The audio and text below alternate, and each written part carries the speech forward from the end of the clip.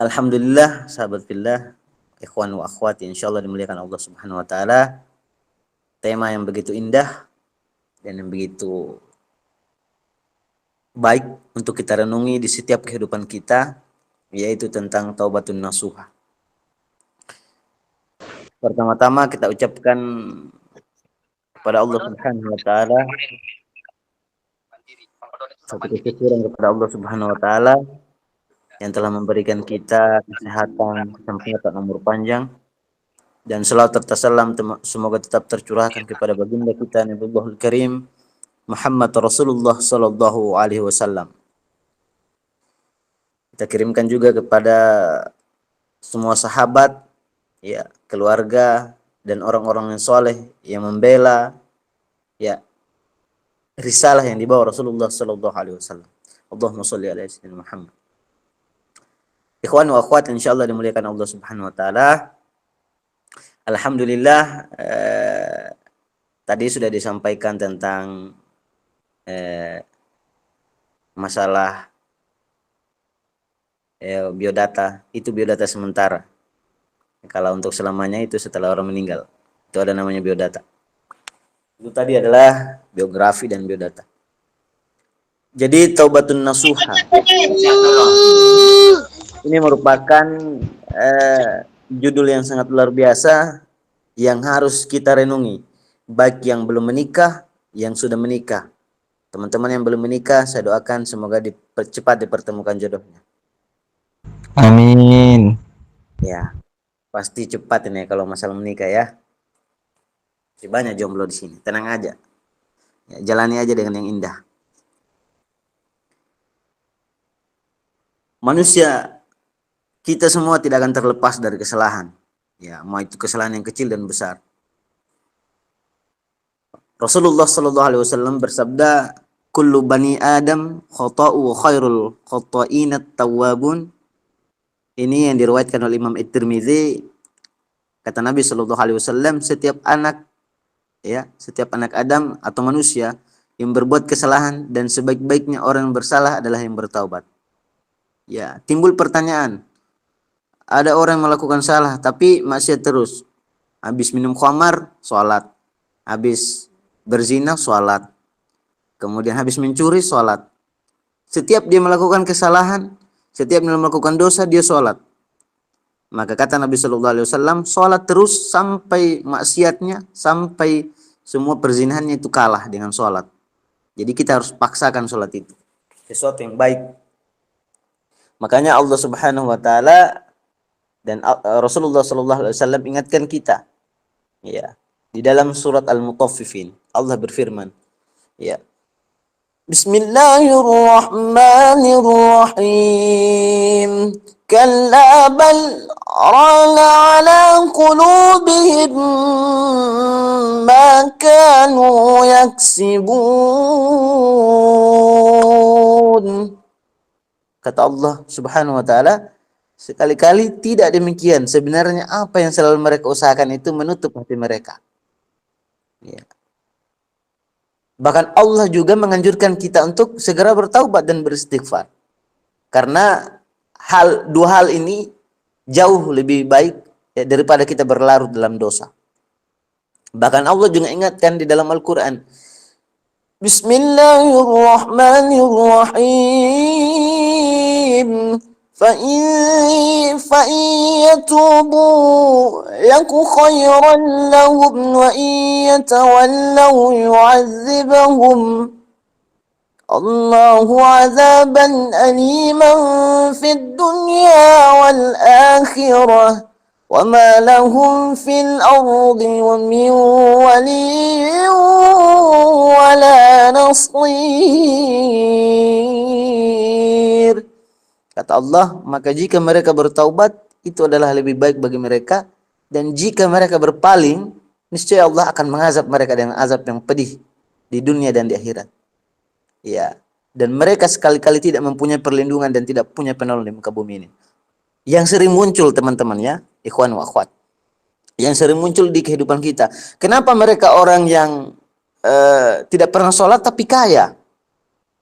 Ini kan sering muncul di pertanyaan kita. Ya, jadi Itu namanya adalah istidraj. Istidraj itu adalah mereka dipalingkan dari nikmatnya Allah dalam ibadah, tapi mereka disenangkan dalam dunianya Allah Subhanahu wa taala. Ya, itu hati-hati. Jadi kalau seseorang sudah kena istidraj, maka mereka itu sudah ya dipalingkan oleh Allah dari kenikmatan beribadah.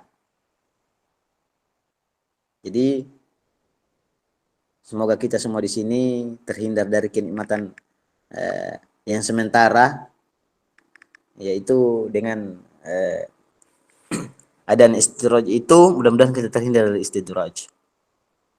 Para ikhwan dan akhwat yang insyaallah dimuliakan dan dicintai oleh Allah Subhanahu wa taala. Bahkan Rasulullah sallallahu alaihi wasallam selalu memberikan contoh kepada sahabatnya. Beliau Nabi sallallahu alaihi wasallam banyak bertaubat dan beristighfar. Bayangkan teman-temannya, Rasulullah saja yang dijamin masuk surga itu beristighfar setiap hari 100 kali. Ini Rasulullah ya, sudah dijamin oleh Allah Subhanahu wa taala masuk surga. Bagaimana dengan kita? Sudah tidak ada jaminan, ya. Setiap hari mungkin kita tidak pernah baca Al-Quran. Sehari mungkin kita tidak pernah membaca Al-Quran. Bagaimana dengan Rasulullah? Ada suatu kisah seorang kakek pendeta Yahudi. Kakek Yahudi yang berdiri selalu, ini seorang pengemis. Dan dia kerjanya tiap hari menghina Rasulullah SAW. Setiap ada orang yang lewat, dia bilang Rasulullah orang gila. Rasulullah itu pembohong. Semua kata-kata buruk. Ternyata dia tidak sadar, ternyata yang memberikan makanan dia, bahkan Rasulullah suapi seperti anak yang umur 1 tahun 2 tahun. Diberikan suapan oleh tangan Rasulullah SAW. Dan bahkan dia masih menghina Rasulullah.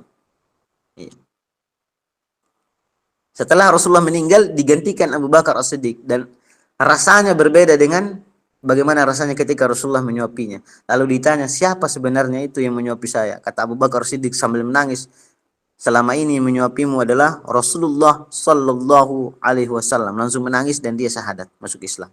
Makanya kebanyakan orang masuk Islam karena akhlaknya Rasulullah Sallallahu Alaihi Wasallam. Makanya perbaiki akhlak kita, teman-teman. Ya, makanya jangan sampai kita menilai orang itu bertato, orang itu penzina, kita sebutkan dia nama binatang dan segala macam. Kita tidak tahu ternyata dia setiap malam itu beribadah kepada Allah. Kita tiap hari tidak pernah melihat dia beribadah. Makanya jangan menilai seseorang dari penampilannya saja. Jangan sampai orang kita lihat itu buruk, dia baik di mata Allah dan dia adalah ahli ibadah. Ibnu Umar ya pernah mendengar Rasulullah sallallahu alaihi wasallam. Ya, kana umra ya'udu li Rasulillah sallallahu alaihi wasallam fil majlis al-wahid 100 marrah min qabli an yakuma rabbighfirli wa tub alayya innaka antat tawwabul ghafur. Dan ini diriwayatkan oleh Imam At-Tirmizi. Ya. Apa kata Nabi sallallahu alaihi wasallam? Ibnu Umar pernah menghitung bacaan istighfar Rasulullah. Dan dalam suatu majelis sebelum bangkit dari majelis itu, berapa? 100 kali Rasulullah beristighfar. Dan Rasulullah berdoa, Rabbighfirli wa tub alayya innaka antat tawwabul ghafur. Teman-teman amalkan doa ini. Ya, kita baca istighfar ini, teman-teman yang mau tulis silakan ditulis. Sebentar setelah kita sampaikan, silakan ditulis. Ya, Rabbighfirli wa tub alayya innaka antat tawwabul ghafur. Ini adalah doa istighfar yang Rasulullah baca setiap hari 100 kali, teman-teman. Dan ini adalah satu amalan yang Rasulullah baca sampai Rasulullah SAW meninggal. Iya. Mudah-mudahan kita semua di sini punya satu amalan, yang satu amalan itu kita baca dan itu istiqomah sampai meninggal dunia. Jadi taubatun nasuha di sini adalah kembalinya seorang hamba. Taubatun nasuha, teman-teman, kembalinya seorang kepada Allah dari dosa yang pernah dilakukannya, baik itu sengaja karena ketidaktahuannya, ataupun dengan jujur atau ikhlas, ataupun dia didukung dengan ketaatan mengangkat seorang hamba mencapai kedudukan kepada wali Allah Subhanahu wa taala. Ya. Jadi watubu ilallahi jami'an ayyuhal mu'minuna la'allakum tuflihun. Allah berfirman di dalam Al-Qur'an surat An-Nur ayat 31 surat ke-24. Watubu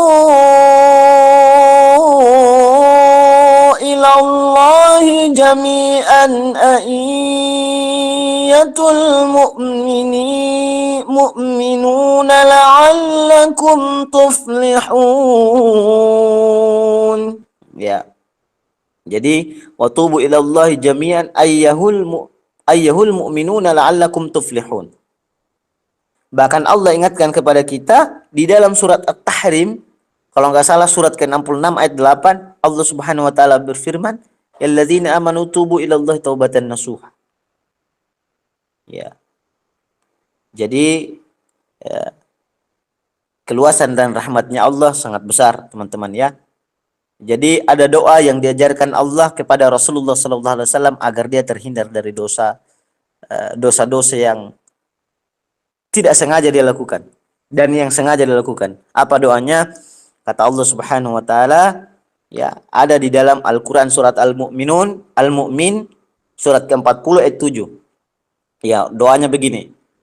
Rabbana wasi'ta kulla syai'in rahmatan wa ilma faghfir lilladzina tabu wattaba'u sabilaka wa qihim 'adzabal jahim.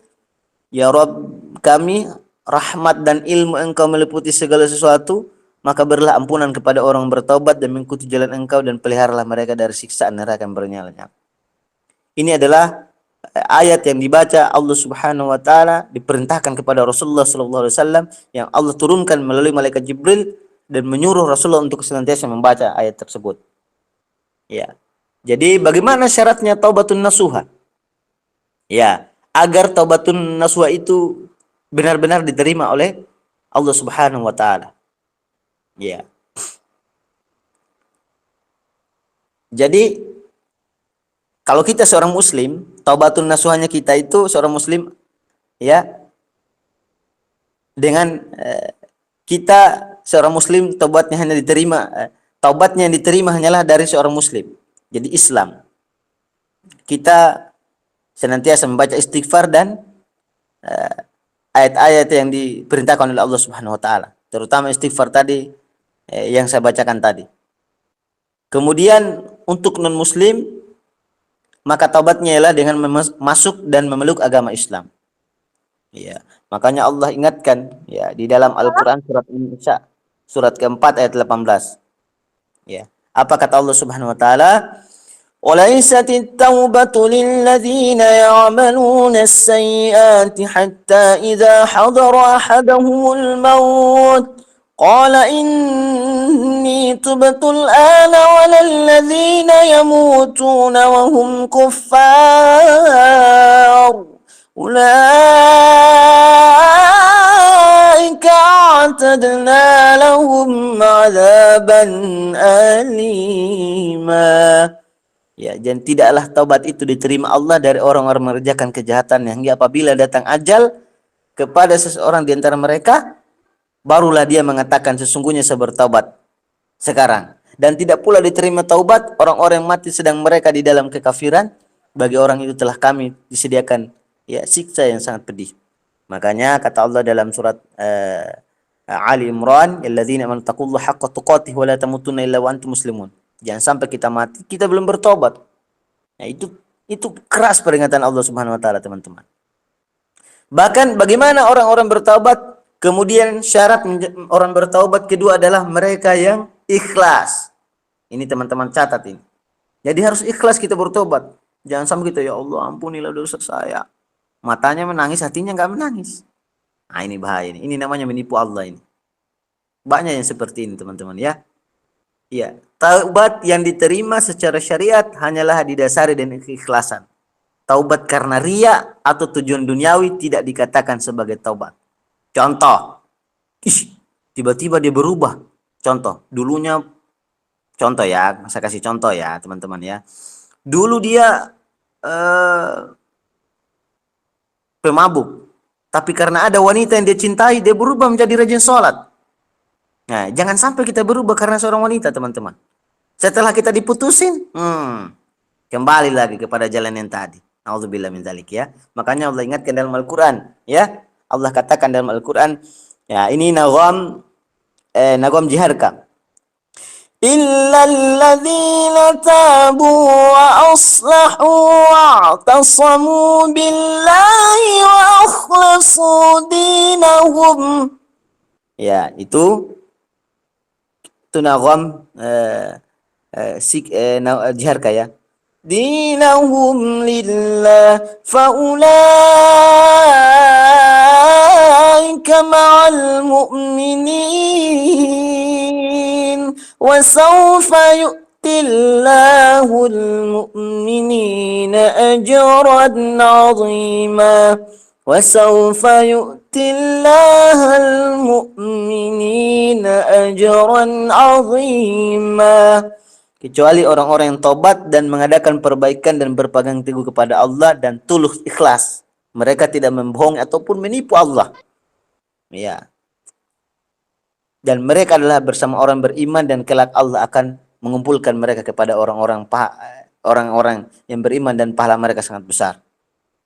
Kemudian ketiga teman-teman, syaratnya taubatun nasuha, mengakui dosanya. Ya. Taubat kita tidak akan sah kecuali setelah mengetahui perbuatan dosa yang kita lakukan dan kita mengakui apa yang kita lakukan itu salah. Dan kita ya berjanji kepada Allah tidak mengulanginya lagi. Ya, dan keempat adalah teman-teman ya, penyesalan. Ya, kita betul-betul penuh penyesalan. Ya, menunjukkan penyesalan kita. Maka Nabi SAW mengatakan an-nadamu taubatu, ya. An-nadamu taubah. Penyesalan adalah taubat. Jadi kalau kita tidak menyesal maka kita belum bertobat namanya. Kemudian yang terakhir teman-teman, ya, meninggalkan kemaksiatan dan kita bertaubat ya kepada Allah Subhanahu wa taala dengan sebenar-benarnya taubat. Jadi masa bertaubat sebelum nafas berada di kerongkongan atau sakaratul maut dan sebelum matahari terbit di arah barat. Rasulullah sallallahu alaihi wasallam bersabda, "Innallaha yaqbalu taubatul 'abdi ma lam yughar." Jadi sesungguhnya Allah menerima taubat seseorang hamba sebelum nafasnya berada di kerongkongannya. Ya, maka teman-teman yang mengatakan menutup aurat itu, karena banyak yang mengatakan, nggak boleh, perasaan saya Kak, menutup aurat itu nggak harus menutup aurat, tutup kepala pakai jilbab, yang penting hati ditutup. Nah, ini pemikiran yang sangat fatal ya teman-teman ya. Ya, para ikhwan dan akhwat, jangan sampai kita termakan dengan kata-kata filosofi yang seperti itu. Jadi kalau ada teman kita yang perempuan, dia mengatakan saya lebih baik tidak menutup aurat tapi hatinya ditutup, tidak mengeluarkan kata-kata kasar daripada dia menutup aurat tapi dia berkata kasar. Intinya saya kasih contoh, syaratnya saya kasih contoh ya, Cristiano Ronaldo, ini seorang pemain bola. Ya, kita bandingkan dengan misalkan di sini ada yang cowok di sini siapa? Ada cowok di sini. Atau Cristiano Ronaldo sama Susanti misalkan.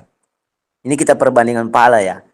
Cristiano Ronaldo menyumbang 5 miliar, tapi syaratnya dia belum masuk Islam. Sama misalkan Sukma atau Rosita, tapi Rosita dia sudah masuk Islam, atau Irmayanti ya, atau Tasya atau Muhammad ya. Mereka ini semua sudah ada syaratnya masuk Islam. Maka pahalanya itu diterima di dunia, diterima di akhirat untuk yang Susanti, si Devina, si Rosita. Tetapi Cristiano Ronaldo tidak dapat syafaatnya di akhirat, tapi dia dapatkan di dunia. Dalam bentuk apa di dunia? Allah tambahkan terus dia karirnya. Semakin bersinar dia di Al Nassr di Arab Saudi.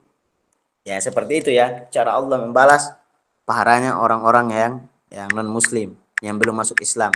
Sama halnya kalau kita masuk sebuah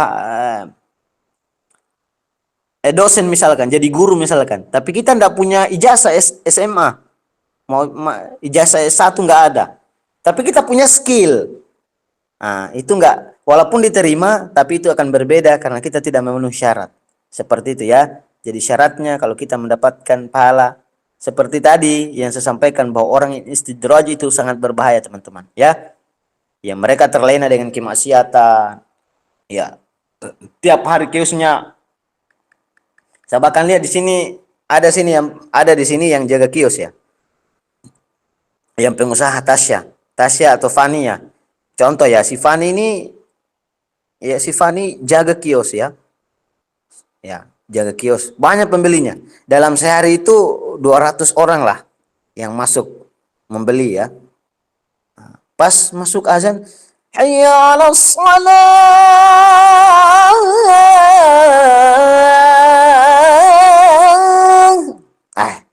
Diabaikan si Fani. Diabaikan azan itu. Ya. Masuk lagi azan asar sampai seterusnya. Ya, maka mudah-mudahan kita jangan seperti itu. Tapi Fani yang ada di sini mungkin insya Allah tidak seperti itu, tapi Fani yang di luar mungkin yang seperti itu. Nah, ini contoh ya teman-teman ya. Jadi seperti itu ya. Jangan sampai kita terabaikan. Ada yang bertanya juga, apakah kalau kita game Mobile Legend kita berdosa? Enggak berdosa main Mobile Legend. Karena saya juga pemain Mobile Legend, teman-teman. Ya, ya nggak apa-apa Mobile Legend. Yang penting teman-teman waktunya sholat, waktunya ibadah sholat. Jangan mabar terus sampai pagi, nggak sholat subuh, nggak sholat malam. Nah, itu yang salah ya. Ya, jadi tempatkan tempatnya pada tempatnya. Jangan sampai game ataupun aktivitas lainnya menghalangi kita dari ibadah dan menyibukkan kita untuk berpaling kepada Allah Subhanahu wa taala. Teman-teman yang saya cintai dan saya muliakan karena Allah Subhanahu wa taala, ya, mudah-mudahan kita terhindar dari azabnya Allah Subhanahu wa taala dan kita terhindar dari sesuatu yang dibenci oleh Allah Subhanahu wa taala. Itu yang dapat saya sampaikan. Akhir dawan alhamdulillahirabbil alamin. Assalamualaikum warahmatullahi wabarakatuh. Waalaikumsalam warahmatullahi wabarakatuh. Waalaikumsalam warahmatullahi wabarakatuh.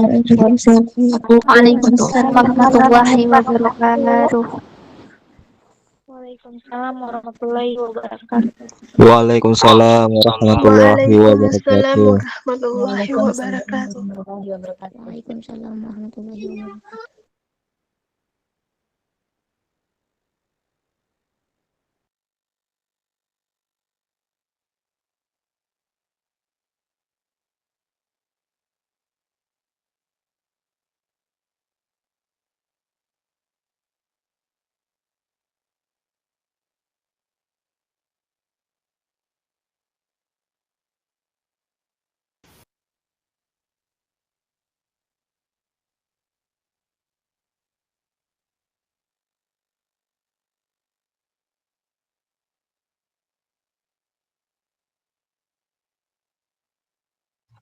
Afwan Ustadz, izin ambil alih ya.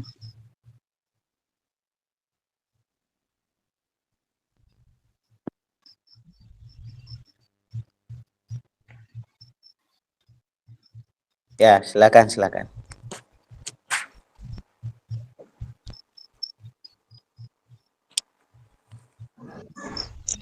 Masya Allah, tabarakallah, jazakillah khairan kasiron Ustadz Zulkarnain karena telah memberikan ilmunya yang luar biasa untuk kita semua. Semoga ilmunya dapat bermanfaat bagi orang lain. Semoga selalu dalam kebahagiaan, keamanan, dan keberkahan Allah Subhanahu wa Ta'ala. Amin. Acara selanjutnya yaitu sesi tanya jawab. Saya ambil 5 pertanyaan tercepat yang angkat tangan dengan ketentuan sebagai berikut. Sebelum bertanya, silakan untuk salam dan perkenalkan diri. Pertanyaan sesuai dengan tema yang diberikan. Pertanyaan yang diajukan melalui on-mic, nanti saya ambil 5 peserta tercepat yang angkat tangan dan saya akan bacakan namanya.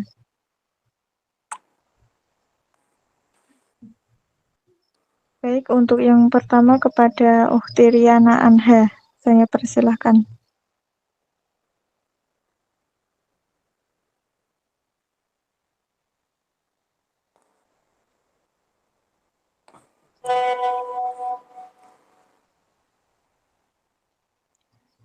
Lanjut saja kepada Ukhti Miranda Febrianti. Assalamualaikum warahmatullahi wabarakatuh. Nama saya Miranda Febrianti, saya dari Jakarta. Sebelumnya, tepatnya Bisa dibilang judul ini pas banget sih ya. Baru Jumat kemarin teman saya cerita tentang apa cara sholat taubat kayak gimana ke saya. Terus saya kan bingung, saya kasih saran ke beliau, coba cari aja di Google. Terus saya tanya lagi nih ke teman sayanya itu, emang emang lu udah siap buat ngelakuinnya? Maksudnya tuh kan kalau misalnya kita benar-benar udah sholat taubat itu kan kita kan menjalankan perintah Allah dan menjauhi larangannya, kan? Nah, pertanyaannya itu kemarinnya itu saya baru nanya lagi nih sama teman saya, udah sholat taubat belum? Jadi enggak. Terus kata dia, nggak tahu, masih bingung gua. Terus bagaimana cara kita untuk menasihati teman kita itu untuk bisa benar-benar taubat? Terima kasih Pak Ustadz. Oke.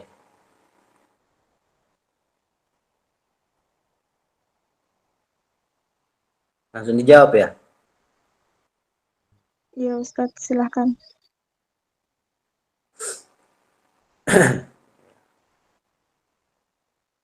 Ya, bismillah. Jadi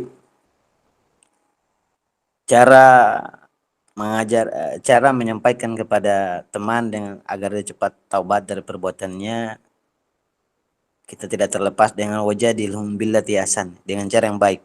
Jadi kita dulu yang melakukannya. Nah, yang pertama kita lihat dulu dosa apa yang dilakukan, dan kita tidak berhak menghukumi dosa, ya menghukumi dosanya Allah. Dan ingat, saya sarankan buat yang bertanya, may yahdihillahu fala mudhillalah wa may yudlil fala hadiyalah. Barang siapa yang Allah sesatkan, ya, barang siapa yang Allah berikan hidayah, maka tidak ada yang mampu ya menyesatkannya. Dan barang siapa yang Allah sesatkan, maka nggak ada yang mampu untuk menyadarkan dia, bahkan memberikan hidayah. Ini terjadi kepada paman Rasulullah SAW dan sahabat-sahabat Rasulullah SAW. Kita sebagai manusia hanya mengingatkan. Jadi nggak bisa kita memaksa dia sampai harus ikut sama kita. Ingatkan saja terus sampai saat dia sadar. Ya. Kemudian yang kedua, ajarkan dia. Kita boleh melakukan dakwah kepada sahabat kita melalui buku, atau kita kirimkan video, ya, atau kita ajak dia ke majelis ta'lim yang langsung ya, di real, bukan hanya di sosmed di sini.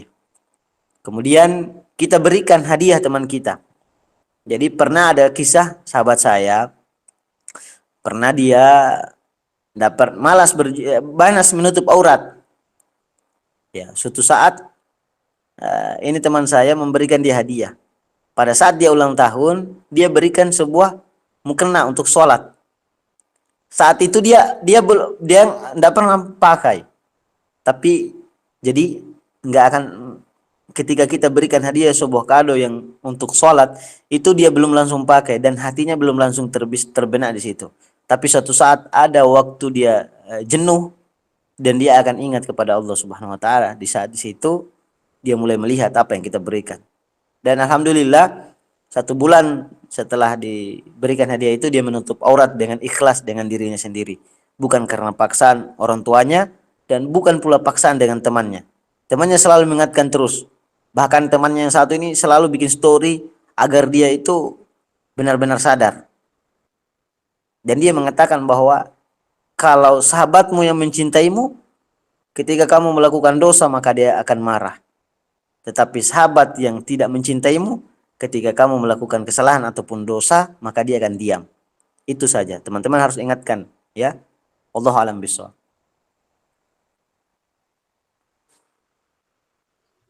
Baik, semoga yang bertanya bisa dipahami. Lanjut ke pertanyaan yang kedua kepada Putri Bintang. Saya persilahkan untuk bertanya. Assalamualaikum warahmatullahi wabarakatuh. Kenalkan, nama saya Putri Bintang Sari-Sarma, saya dari Riau.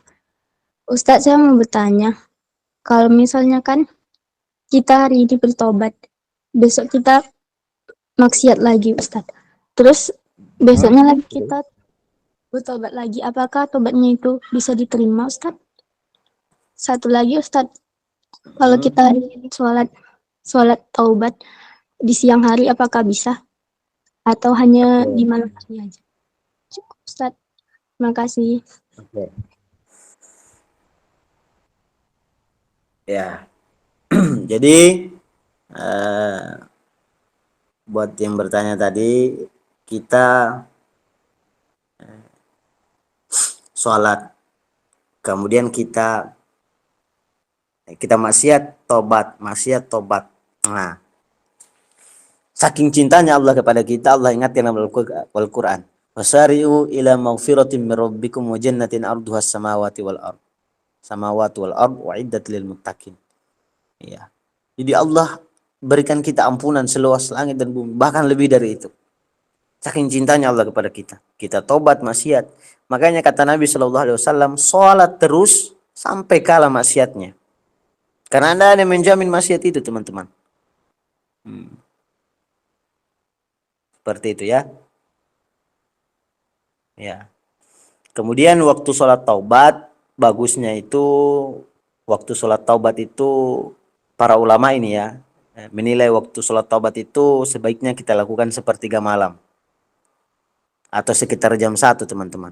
Jam 1, setengah 2 atau jam 2. Kenapa? Karena di waktu ini adalah waktu yang mustajab dan memang di waktu ini adalah bagus untuk merenungi dosa kita. Diam, tidak terlalu bising, dan bagus untuk kita merenung, teman-teman ya. Terutama kita yang pernah menzalimi misalkan kedua orang tua kita, sahabat kita. Jadi waktu-waktu yang bagus itu adalah sepertiga malam untuk melakukan sholat taubat. Ya, wallahu a'lam bishawab.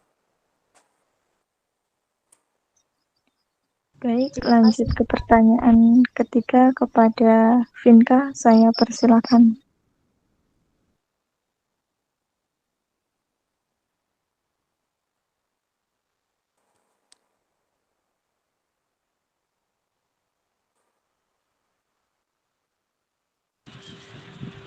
Lanjut saja ke Fatimah Az-Zahra. Apa? Lanjut Ustadz ini ke Fatimah Az-Zahra karena yang tadi tidak jadi. Assalamualaikum warahmatullahi wabarakatuh. Ustaz, perkenalkan nama saya Fatimah Az-Zahra, berasal dari Medan. Saya izin bertanya Ustaz, bagaimana caranya menasihati kawan yang suka bermaksiat tapi dengan tidak menyakiti perasaan yang Ustaz?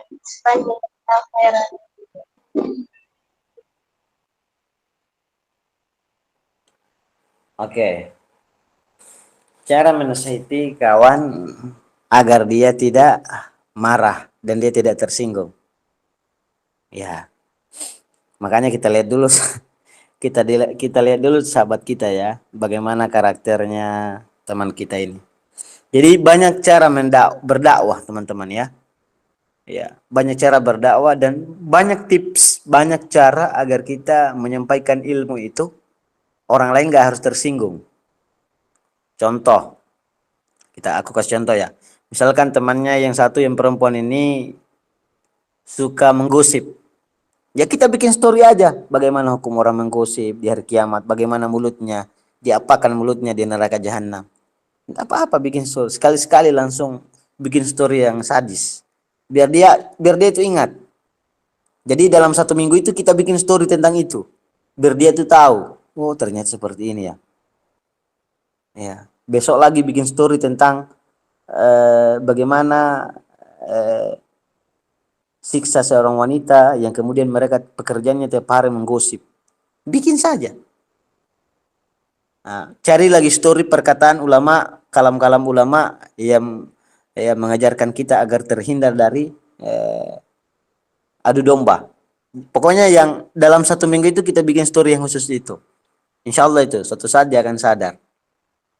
Nah, kemudian cara yang terbaik lagi adalah kita memberikan sebuah hadiah kepada teman kita. Ini sering saya lakukan, tips yang seperti ini yang paling bagus sebenarnya teman-teman. Memberikan hadiah kepada sahabat kita yang benci sama kita. Itu sesuatu yang paling bagus. Dan kita mendapatkan pahala yang sangat besar. Kita mendapatkan pahala, kita mendapatkan kebaikan, ya. Kita mendapatkan ketenangan, kita mendapatkan semangat untuk bersedekah. Ya, jadi seperti itu ya. Kalau kita dapatkan teman seperti itu, mau dia jahat sama kita, intinya kita selalu berpikir positif, ya. Kita jangan pernah suuzon sama orang lain, ya. Berhusnuzonlah terus setiap saat. Ya, insya Allah kalau hati kita bersih, pikiran kita bersih, maka badan kita bersih, semua apa yang kita lakukan insya Allah hasilnya akan bersih. Wallahu a'lam bishawab. Baik Ustadz, terima kasih. Lanjut lagi kepada Hemi Kusmiranti. Saya persilahkan.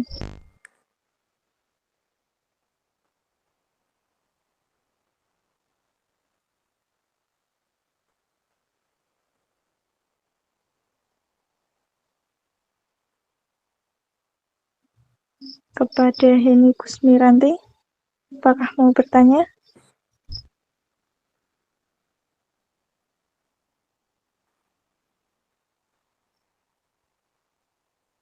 Lanjut saja kepada Husnul Khotimah. Saya persilakan. Assalamualaikum warahmatullahi wabarakatuh. Perkenalkan, nama saya Husnul Khotimah dari Sumeneb. Afwan Ustadz mau bertanya. Saya di sini ada 2 pertanyaan Ustadz. Yang pertama, apa saja syarat-syarat taubat nasuha? Dan yang kedua, apakah taubat nasuha itu hanya berlaku untuk dosa-dosa besar atau juga untuk dosa-dosa kecil Ustadz? Syukron. Ya. Okay.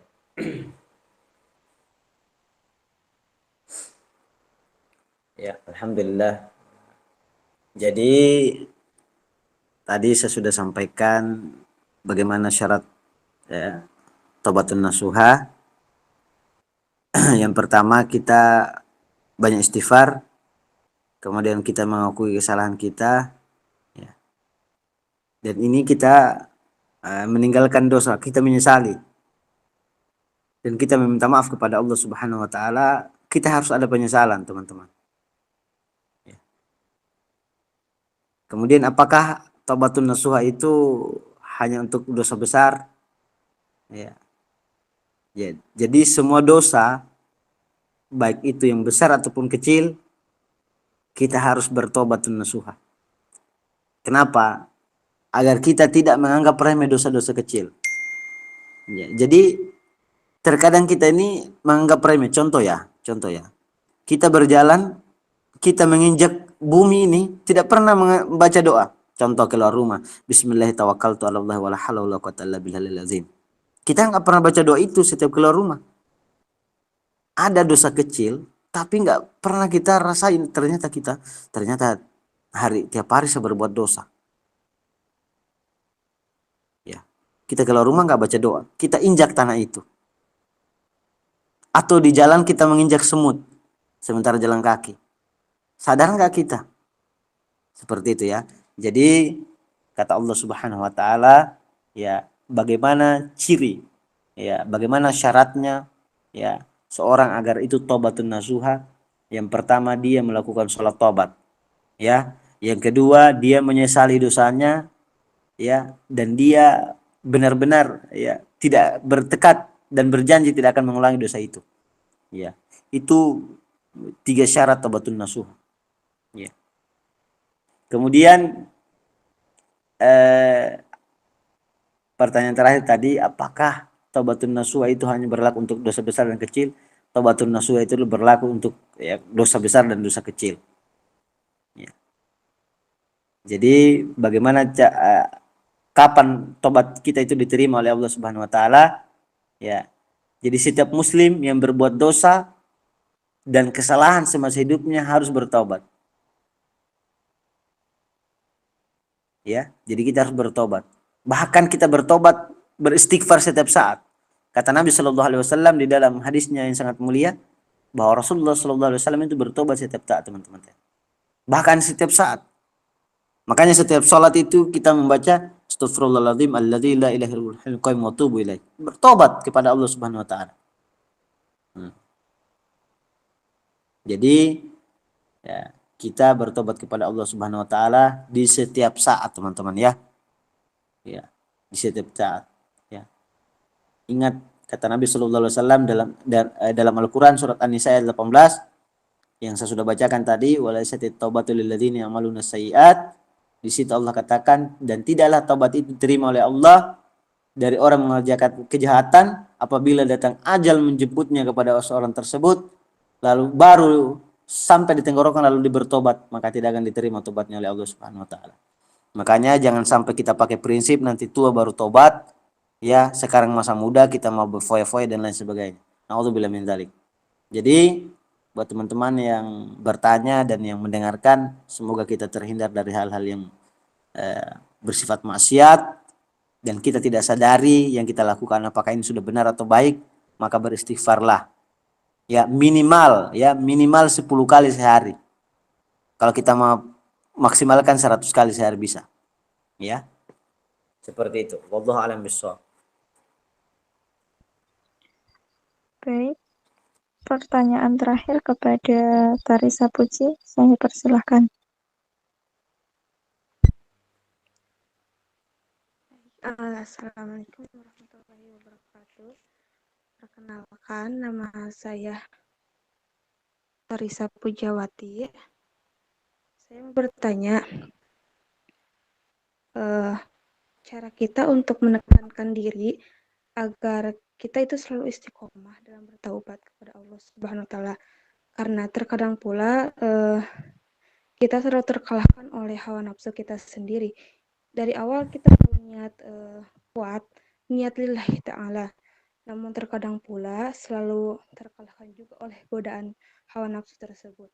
Nah, caranya untuk menekankan diri kita untuk lebih menekankan agar tidak melakukan hal yang seperti itu lagi, caranya gimana, Ustadz? Ian.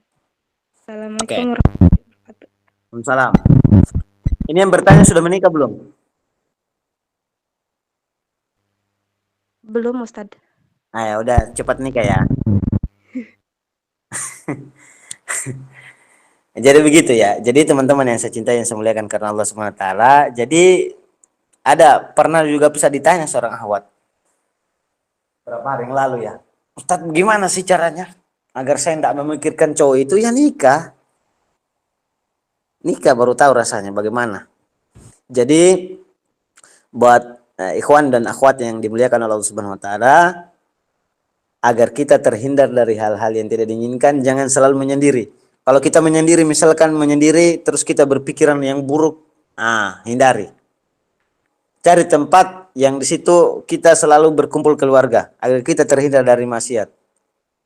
Ya, jangan sampai kalau kita menyendiri, apalagi yang masih jomblo, memikirkan wanita, semakin lama dipikirkan di telepon, ya, yang perempuan juga telepon cowok. Gimana nih, saya rindu sekali nih tiap malam ini diingat, ditelepon terus. Hindari ya teman-teman ya. Ya, dan mudah-mudahan kita terhindar dari dosa tersebut. Apalagi sekarang zaman teknologi ya. Orang bisa video call, telepon dan sebagainya. Hindari hal-hal yang dibenci oleh Allah Subhanahu wa taala. Jadi cara menghindarinya pertama adalah untuk seorang wanita yang belum nikah. Insya Allah kita akan dijaga oleh suami kita dan terhindar dari maksiat. Yang kedua, hindari untuk menyendiri. Kalau dikala kita menyendiri itu kita selalu berpikir buruk atau berpikiran maksiat. Nah, dan yang terakhir, banyak istighfar dan hadir di majelis ilmu.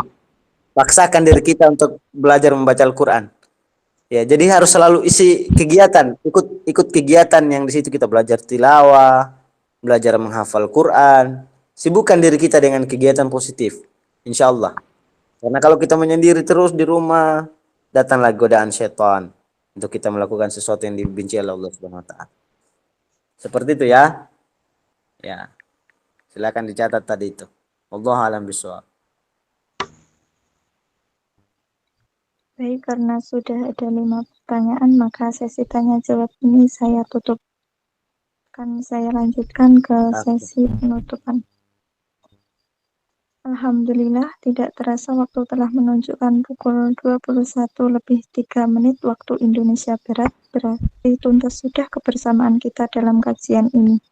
Semoga apa yang disampaikan Ustadz Zulkarnain menjadi ladang pahala untuk beliau khususnya dan umumnya untuk kita semua.